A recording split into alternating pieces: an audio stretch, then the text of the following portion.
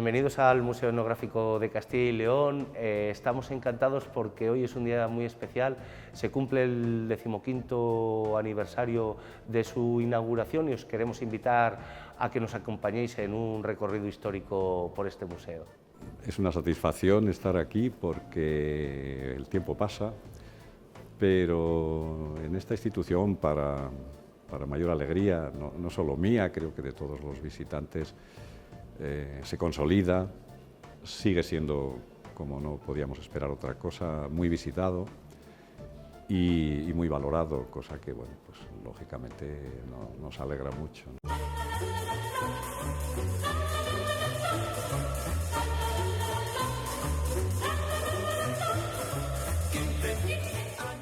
Es ya La Niña Bonita.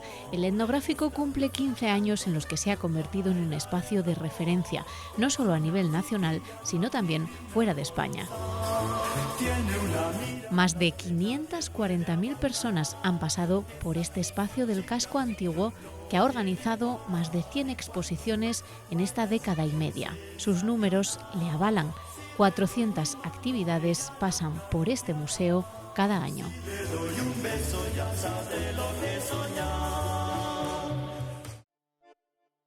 La antigua Caja de Ahorros de Zamora comenzó comprando piezas de alfarería popular. La colección fue creciendo al albur de un especialista. Carlos Piñel fue el conservador de sus fondos. En 1984, la Caja Zamorana compra un solar en pleno casco antiguo. Este solar se compró para Museo Etnográfico y se compró, esa es mi memoria, se compró en el año 84. Realmente empezamos, claro, hablamos de estos 15 años, pero hay otros 20 años anteriores en los que he tenido la suerte, por supuesto, de haber podido estar desde sus inicios. Hay documentación que lo acredita, por eso lo puedo decir con esa rotundidad, y que conservo.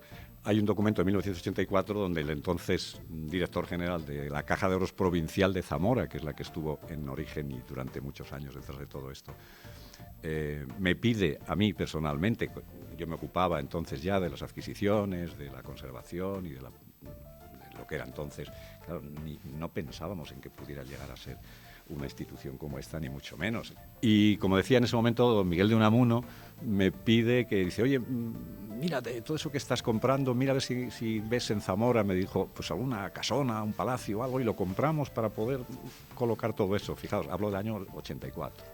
El documento que conservamos es la copia, porque en aquel momento no había ordenadores, escribíamos con máquina de escribir y con papel de calco.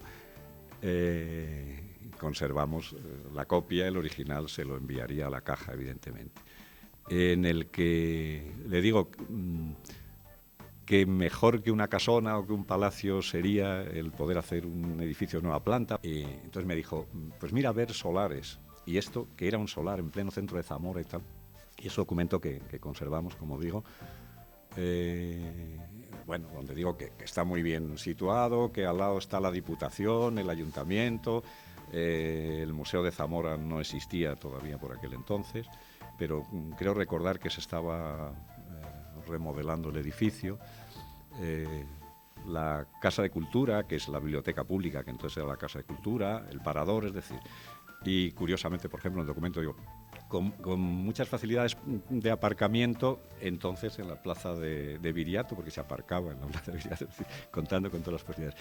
Ese solar se compró 2 o 3 meses después, exactamente. Recuerdo además que se fueron a Galicia, que hicieron una gestión con un banco y que lo compraron. Es decir, el solar está comprado desde el 84. A pesar de haber sido una apuesta clara, el museo no estuvo exento de dificultades. La idea de un museo de arte contemporáneo hizo peligrar la apuesta inicial para la que fue concebido este edificio. En ese momento sí hubo ahí, bueno, pues estas cosas de intereses de políticos con nombre y apellidos, pero bueno, aquello afortunadamente no salió adelante. E insisto en esa decisión oportunísima y con una claridad asombrosa de mente de Juan Vicente Herrera, que apostó decididamente por esto y lo siguió haciendo después. Fue el origen de un gran museo, ideado junto a Joaquín Díaz para mostrar patrimonio material e inmaterial. No que sean piezas antiguas de las cuales no se pueda extraer más que la idea de que ya no sirven para nada. Una de las personas de las que desde luego hay que hablar sin lugar a dudas es de Joaquín. Joaquín, en esta última fase ya, cuando ya se va a abrir el museo, lo habían nombrado en la Junta responsable, habían creado un área de etnografía en la Junta de Castilla y León, y entonces él se responsabilizó de ese área, justo en el momento en que se terminaba la obra del edificio y había que ponerlo en marcha. Tuvimos esa grandísima suerte, porque en ese momento Joaquín, claro, apoyó decididamente el proyecto y bueno, gracias a él hicimos también, él y yo, el proyecto museológico y el museográfico, es decir, el qué hacer con todos esos objetos que se albergaban aquí, toda esa documentación. El 19 de diciembre de 2002 Juan Vicente Herrera inauguró el inmueble en el que estamos ahora, con lo que se conseguía abrir las puertas al primer recinto museístico de Castilla y León. Así lo contaba la tele de Zamora en aquel 19 de diciembre del año 2002. En pleno corazón de Zamora se levanta este moderno edificio que acoge el Museo Etnográfico de Castilla y León. En su interior se guardan los secretos de la cultura tradicional de nuestra comunidad. 2 plantas del etnográfico nos invitan a conocer cientos de objetos de la vida cotidiana en el mundo rural, pero no se trata de una mera recopilación de antiguos objetos. No que sean piezas antiguas de las cuales no se pueda extraer más que la idea de que ya no sirven para nada, sino por el contrario, que sirvan para reflexionar, que sirvan para transmitir al individuo la necesidad de volver a crear, de volver a ingeniar, de volver a imaginar, ¿no? Un ejemplo de ello es esta antigua cama decorada con elementos alusivos al pecado y a la salvación del alma y que va acompañada de una proyección de imágenes para hacerla más real. En el resto de la muestra se hace un recorrido por el espacio y el tiempo con 800 piezas. Cada una de ellas nos cuenta una forma de vida, cómo se aprendía a andar o qué útiles se usaban en el campo. El museo se irá completando en sucesivos meses hasta mostrarnos las 10.000 piezas que conforman el Museo Etnográfico.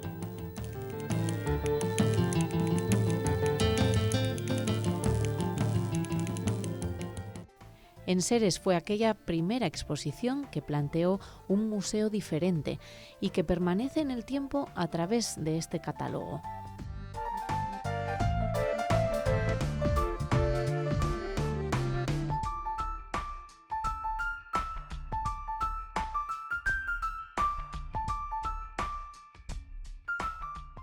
Pioneros en la catalogación informática, el museo se ha convertido en un centro de referencia nacional e internacional. El tiempo pasa, es verdad, muy deprisa. No es que sean muchos años, pero bueno, 15 años de su inauguración ya es un tiempo que nos permite también valorar cómo ha ido increciendo, cómo ha ido mejorando en esas actividades propias de una institución como esta. El Museo Etnográfico de Castilla y León sigue siendo un hito en el sentido expositivo, en haber realizado una propuesta expositiva del tipo que puede disfrutar el visitante que venga al museo, donde el discurso se ha articulado a través de una línea más conceptual que la clásica, ¿no? De entrar en un museo etnográfico y la recreación de una cocina alistana o la recreación de una fragua berciana, sino que era un poco más la propuesta de que sean las piezas en sí mismas dentro de un discurso conceptual más que contextual. Esa fue la audacia que tuvieron Joaquín Díaz y Carlos Piñel a la hora de hacer este museo.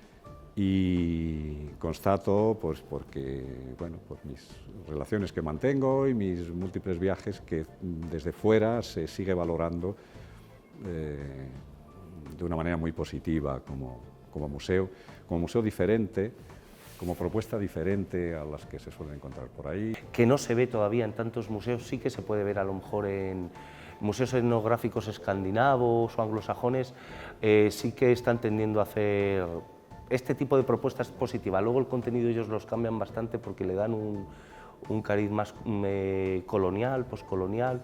Este es mucho más fijado en lo que es la tierra de Castilla y León, desde el discurso hasta el mobiliario que se escogió para el mobiliario museístico, que no ha envejecido nada en estos 15 años. Pues viene gente de museos de este tipo de Galicia, de la Comunidad Valenciana, del País Vasco, bueno, de cualquier lugar, y admiten lo bien que se ha conservado la propuesta, lo poco que ha envejecido. Desde fuera, desde instituciones culturales que están pensando en hacer algo parecido y tal.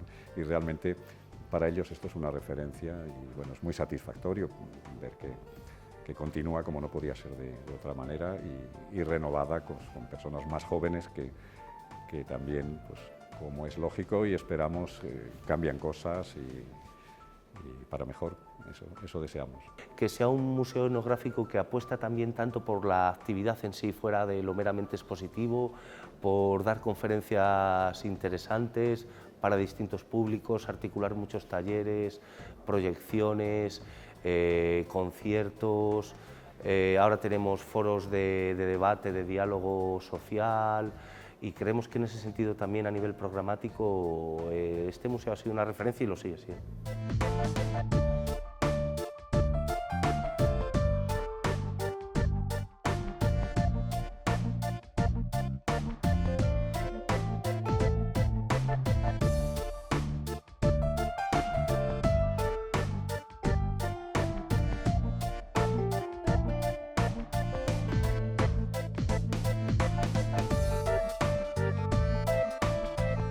El legado en sí es el continente y el contenido, ¿no? El tener un edificio de casi 10.000 metros cuadrados en el corazón de Zamora,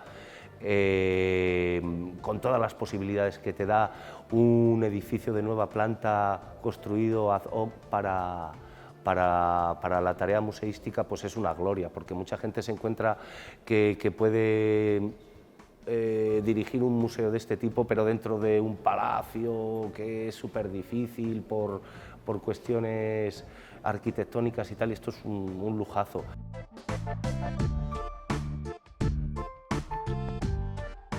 La actividad económica, el momento cultural, económico, era muy diferente al actual. Había más medios, se disponía de muchos más medios, ¿no?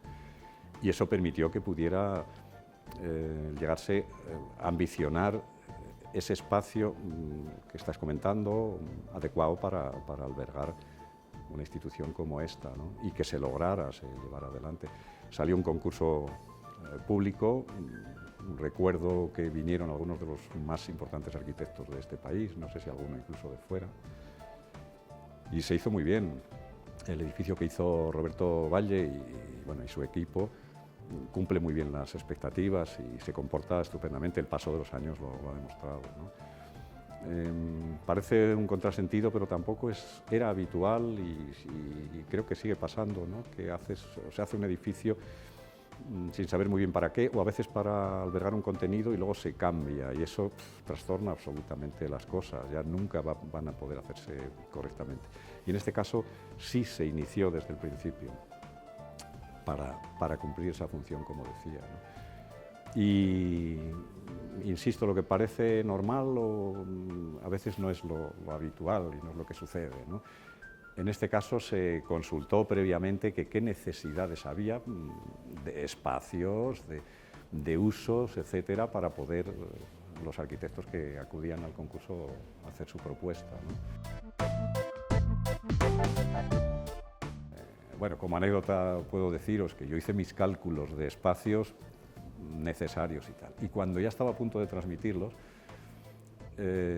volví a revisarlo y pensé para mí, siempre nos quedamos cortos porque a la hora de hacer un edificio, entre accesos y otras cuestiones y tal, se reduce en alguna medida y a lo mejor no tal. Y entonces fui aumentando un porcentaje todos los espacios teóricos que yo había diseñado y para bien de todos, al final se cumplió y se hicieron exactamente los 10.000 metros cuadrados que proponíamos, y eso permitió que al final pues pudiera convertirse en el espacio que cumple, insisto, muy bien sus funciones.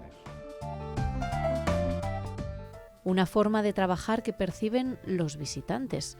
Sorprendidos por el propio edificio, los turistas e interesados en lo que aquí se esconde perciben ese otro enfoque, esa otra forma de plantear lo que fuimos, lo que somos. El tipo de visitantes a que te refieres es que es absolutamente todo el abanico de la población, desde niños pequeñitos, gente mayor, gente inculta o con poca formación, gente del mundo rural, gente que viene de ciudades, del mundo urbano, es decir, grandes especialistas. Es un abanico realmente muy grande. Ahí es donde me refiero que teníamos nuestras dudas de cuál podría ser la respuesta ya concreta de los visitantes, ¿no? La gran satisfacción, y se puede comprobar en el día a día, y vosotros lo conocéis, porque visitáis a el museo y veis lo que sucede, es que la gente se va encantada de la visita a este museo. Y cuando digo la gente me refiero a todo el público, ¿no? Los niños, en cuanto a niños, disfrutan pues porque evidentemente al hacer las visitas guiadas o al contarles las cosas o explicarles, hay formas y maneras de hacérselo grato, ¿no? Pero lo mismo sucede con personas, sean visitas de mujeres especializadas donde tocas el mundo femenino.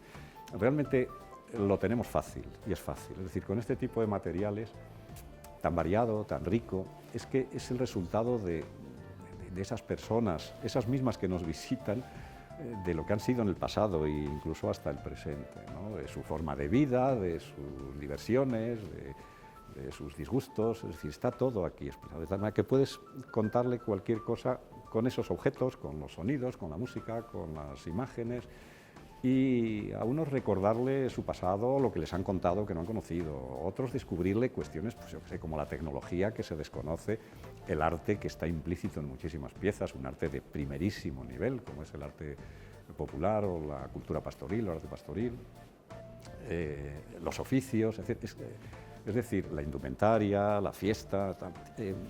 Hay infinidad de parcelas. Es un mundo amplísimo que se refleja aquí y que mucha de la gente que viene, o la mayor parte, se ve reflejada en cierta medida con esto. Yo creo que de ahí la satisfacción. Es evidente que lo cuento yo y soy parte interesada, pero tenemos un libro que siempre tuvimos en la entrada del museo, en el mostrador en blanco, donde las personas libremente, muchas de ellas reflejan sus impresiones, ¿no? Yo realmente me emocionaba cada vez que bajaba, hace mucho tiempo que no los veo, pero el día a día, esas expresiones de la gente, de los visitantes emocionados, ¿no? O sea, diciendo cosas, y en todos los idiomas, que es lo más satisfactorio. Lo ves en castellano, lo ves en catalán, en portugués, en inglés, en chino, en japonés, en coreano, en italiano, francés, es decir, cada visitante. Y yo me atrevería a decir que más del 90% o el 98% de las veces son alabanzas, algunas realmente exageradas, ¿no? Que te dicen, mire usted, se puede consultar y se puede ver en los libros, ¿no? Yo visito y conozco distintos museos del mundo y te hablan de grandes museos, ¿no? Como el Victoria Alberto, como el British Museum o como grandes museos o el Nacional de Antropología de México, por poner ejemplos. Realmente innovamos en ese momento, aportamos una posibilidad de interpretar, como decías, o de enfrentarte con los objetos diferente. Teníamos nuestras dudas cuando lo hicimos, lógicamente. Quiero decir, tanto Joaquín Díaz como yo teníamos muy claro qué era lo que debíamos hacer. Y satisfechos cuando ya diseñamos y decidimos totalmente lo que nos parecía oportuno hacer, ¿no? El hecho de que esté en una ciudad pequeña como Zamora y que las personas que nos visitan de fuera, me refiero sobre todo a los visitantes de fuera, no esperan que en una pequeña ciudad puedan encontrarse con un gran museo como es este, que realmente es un gran museo. Eso juega a favor de la institución también, porque eso de alguna manera incrementa ese grado de satisfacción de los visitantes, ¿no?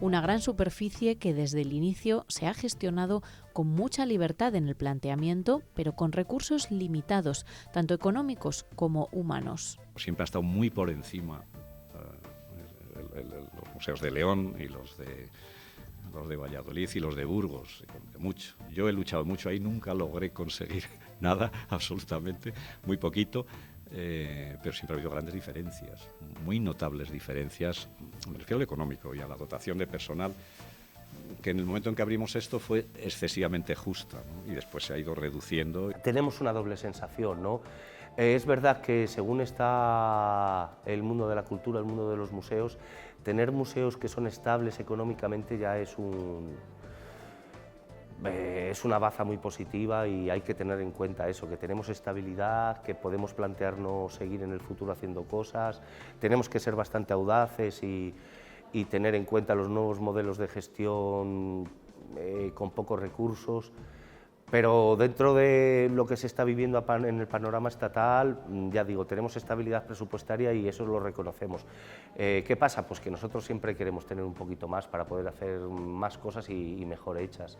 El montaje de la planta -1. Bueno, era inviable, ya la habíamos montado de manera provisional, pero había que renovarla, ¿no? Hacíamos cálculos económicos y era imposible, o sea, completamente imposible. Es que eran unas cantidades que desbordaban totalmente el presupuesto del museo y a lo mejor el de 2 años, ¿no? Seguíamos insistiendo y trabajando a ver cómo podemos hacer, pues al final logramos hacer lo mismo, pero con la quinta o sexta parte de presupuesto, pero porque el personal de aquí, todos arrimamos el hombro. El objetivo es remodelar esa muestra permanente y para hacerlo reclaman más financiación y una mejor difusión de su trabajo. Para poder enfrentarnos a un cambio en la exposición permanente, con el presupuesto que vamos teniendo año a año, va a ser muy difícil que podamos hacerlo de una manera decente. Entonces, ahí sí que necesitaríamos a ver si tienen sensibilidad con esta necesidad de reforma de la exposición permanente y contar con alguna partida extraordinaria que nos posibilite hacerlo, porque si no, sí vamos a tener muchas dificultades. Debería contar con un equipo de profesionales más amplio, que permitan realizar pues todo lo que hay que hacer, que es mucho lo que se hace internamente y no solo para el funcionamiento del día a día, ¿no? Y en ese sentido habría que hacerlo. Los recursos humanos estamos bastante justos y bueno, pues toda esta actividad frenética y toda esta propuesta programática nos sale del cuerpo, nos sale del cuerpo, mucha dedicación, muchas horas de trabajo. Luego el tema de la gestión cultural o la programación cultural, que es mucho de tanteo, de ver qué es lo que funciona, lo que no funciona, pues es que tienes eso, que a veces para que salga una cosa has tenido que intentar sacar adelante 3, y es un trabajo que no se ve y ahí queda. Tal vez ese sea el secreto, un grupo de trabajo cohesionado, profesional, competente y con mucha ilusión que sigue encauzando el trabajo museográfico. Primero bajo la tutela de Carlos Piñel. Toda la colección que él nos cuenta, que surgió con Caja Zamora, luego con Caja España, es un legado impresionante, es una de las colecciones más importantes del Estado español. Y toda la dimensión que esto cogió durante la dirección de Carlos Piñel, toda la repercusión a todos los niveles, pues es el legado que hemos recogido. El personal que hubo en sus inicios en la antigua Caja de Oro de Zamora, obra cultural, siempre he citado a Antonio Redol y quiero seguir haciéndolo, pues porque él fue el que me llamó para, oye, tú que conoces estas cosas, ¿qué te parece? Pensábamos, y la ayuda y la colaboración de otras personas, porque cuando abrimos el museo, que alguna está por aquí todavía, desde los inicios del personal, desde el personal auxiliar, vigilantes, por ahí veo a Jesús, está Josefa todavía desde los inicios de la puesta en marcha del museo, y otras personas que ya no están. Esa colaboración ha sido esencial, imprescindible. Ahora con José Calvo a la cabeza. Una pregunta que me hizo el tribunal cuando estábamos en la ronda final ya, que por qué me había presentado a la plaza, y le respondí en clave biográfica, le conté mi vida y al final le dije, ¿entendéis por qué me he presentado? Un poco era un puesto en el que confluía los intereses que yo había tenido durante la vida y el perfil tanto laboral como académico, que era un poco loco, porque claro, juntaba cuestiones de, bueno, pues el perfil jurídico, ¿no?, de la carrera de Derecho y la trayectoria de abogado, juntaba la carrera de Antropología y la etapa de investigador haciendo etnografía, juntaba un poco la etapa de audiovisual también, porque en el proyecto que presenté tenía bastante peso el audiovisual, y luego la formación que tengo también de gestor cultural, la trayectoria de cuando tuve la empresa de gestión cultural y tal, era como que confluía todo en este puesto y dije, pues me tengo que presentar. Era de estos trabajos que dices, es el trabajo de mi vida, pues, y tuve que aprovechar la ocasión. La actualidad ya es etnografía. Valgan como ejemplo estos proyectores de cine. Presente para muchas memorias, es ya historia de un medio audiovisual y reconocible para las nuevas generaciones.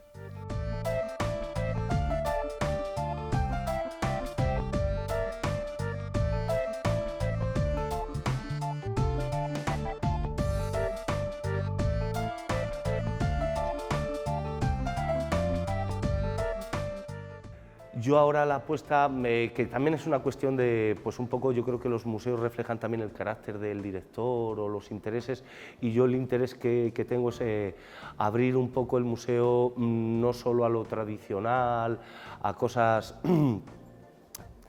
de corte folclórico, tradicionalista. Quiero intentar llegar a que la exposición permanente refleje el contexto actual, que podamos articular a través de la exposición permanente discursos que atañan tanto a contextos pasados como actuales, y si pudiera ser, intentar casi tocar el futuro, hablar de utopías y distopías sociales dentro de la exposición permanente. Ese es un poco el reto, meter pues ya cositas de la posmodernidad. Yo creo que a las generaciones que vienen por detrás hay que hablarle un poco de la cultura de automoción que hemos tenido, de todo lo que ha sido la sociedad de la información y de la comunicación, todo el tema de la poscolonialidad, cosas que todavía no tienen cabida en el museo, pero que creo que es importante írsela dando. Carlos Piñel acompaña ahora de otra forma a este proyecto, con el Centro de Investigación pendiente. Pero el poder vincular ese centro de investigación a las universidades de Castilla y León, es decir, dotarlo, arroparlo de alguna manera con otras instituciones y con esos vínculos. Eso hubiera sido deseable. Es fácil, o yo sigo pensando que es fácil, pero ellas son cuestiones que se nos escapan a nosotros, ¿no?, que están en manos, pues, de las distintas consejerías, de que se pueda ver con claridad el proyecto y de llevarlo a cabo, llevarlo a efecto.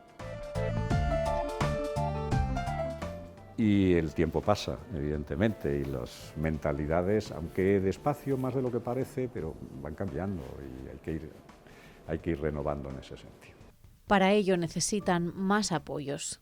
Esperemos que 15 años más y que se multipliquen por muchos más, porque el centro museístico lo merece, la ciudad de Zamora y la región yo creo que lo merecen, y ya que tenemos este lugar aquí vamos a intentar que esté vivo y que sea referente simbólico, cultural de la región. Miles y miles de visitas, más de 100 exposiciones, 400 actividades anuales y mucho por hacer. El Museo Etnográfico sigue mirando hacia el futuro, 15 años después. Larga vida al Museo Etnográfico.